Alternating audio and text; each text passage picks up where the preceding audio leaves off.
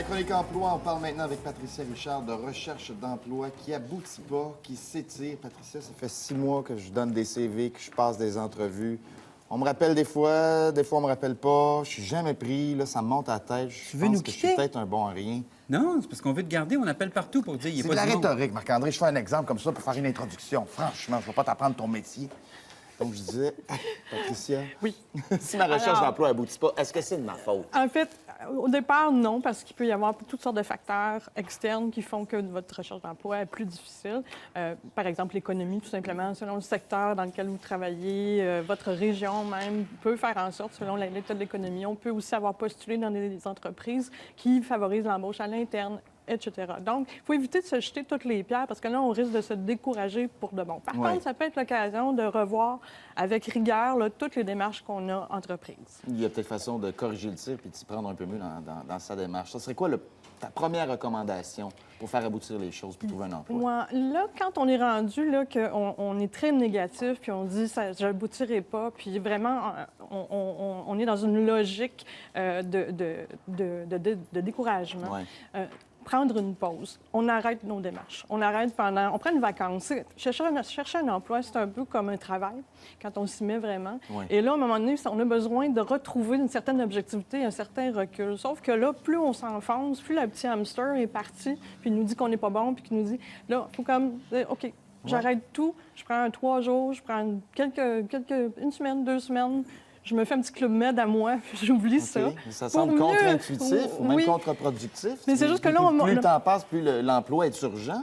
Mais c'est important de... Bien, c'est parce qu'il faut retrouver une certaine objectivité, puis se ressourcer un petit peu avant de reprendre. Parce que là, il faut revenir quand même. Hein. On ne va pas tout lâcher ça pour de bon. Évidemment, il faut y aller selon son niveau de tolérance. Le principe, c'est simplement d'y aller, d'arriver à prendre un petit peu de recul.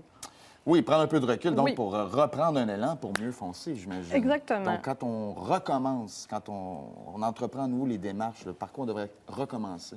Oui, en fait, ce qu'on devrait faire, c'est d'abord reviser. Il faut travailler sur ce qu'on contrôle. On n'a pas le choix.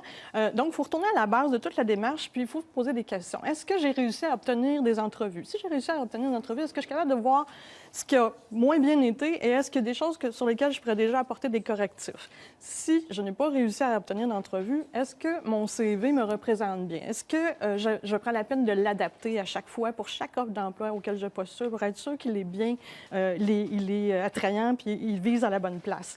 Est-ce que je fais des appels de suivi après toutes mes démarches, 1 semaine, 2 semaines après, pour avoir de la rétroaction, pour être capable de situer un petit peu où je me retrouve, et avoir de l'information? Est-ce que j'ai restreint ma démarche, c'est-à-dire que je cherche selon des critères très, très, très précis.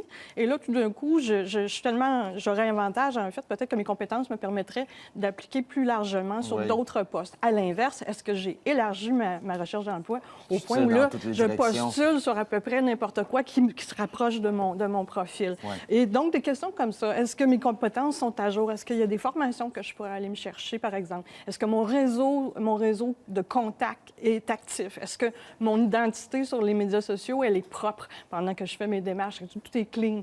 Ouais. Ça, c'est des questions qu'on doit se poser à ce moment-là. C'est beaucoup de questions. C'est des questions, bonnes questions. Oui, bien, il faut comme refaire sa stratégie puis s'assurer qu'on a bien couvert ses bases, qu'on a bien fait ses devoirs dès le départ. Puis des fois, au fil du temps, bien, et des échecs, on perd un peu le sens de tout ça. Est-ce qu'on gagnerait parfois à obtenir de l'aide pour répondre à ces questions-là puis se faire un plan d'action, justement? En fait, c'est fondamental de le faire. Je dirais que là aussi, et c'est souvent le réflexe inverse qu'on va avoir, on va peut-être être un peu gêné d'aller vers les autres, de demander de l'aide, d'expliquer qu'on a des difficultés à se trouver un emploi, alors que là, ce serait vraiment le temps de le faire.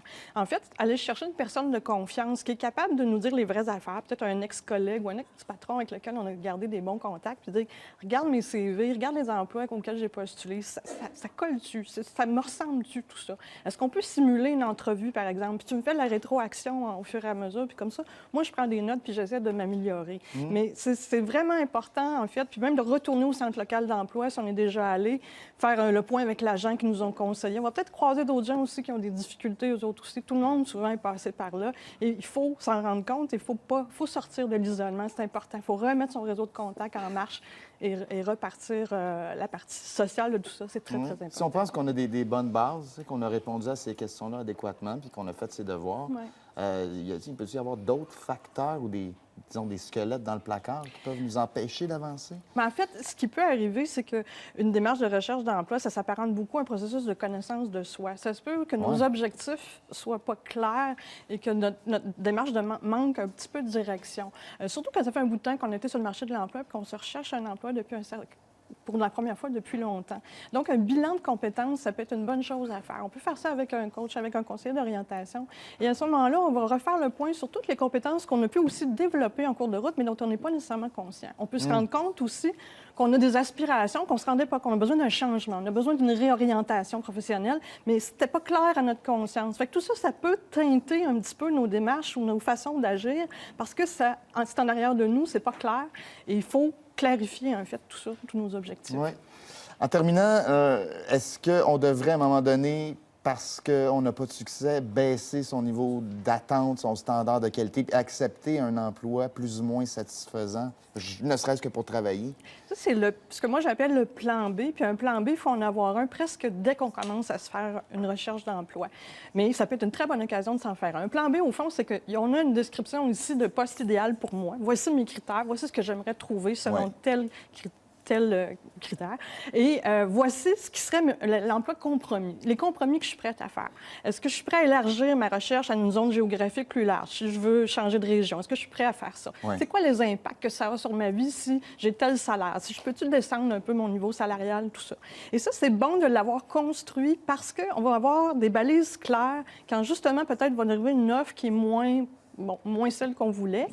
Moins intéressante, mais qui peut correspondre quand même et donc nous empêcher d'accepter à peu près n'importe quoi. Parce que la chose à éviter complètement, c'est accepter un emploi juste parce qu'on nous en offre un et qu'il ne correspond pas bien à nos besoins, à nos aspirations, à notre réalité. On peut se retrouver en très peu de temps au même point d'où on venait. C'est ce qu'on appelle un move latéral ou à la limite à moyen et long terme. Exact. Ça peut finir par une démission, par un renvoi, parce que c'est tellement pas aligné avec nous.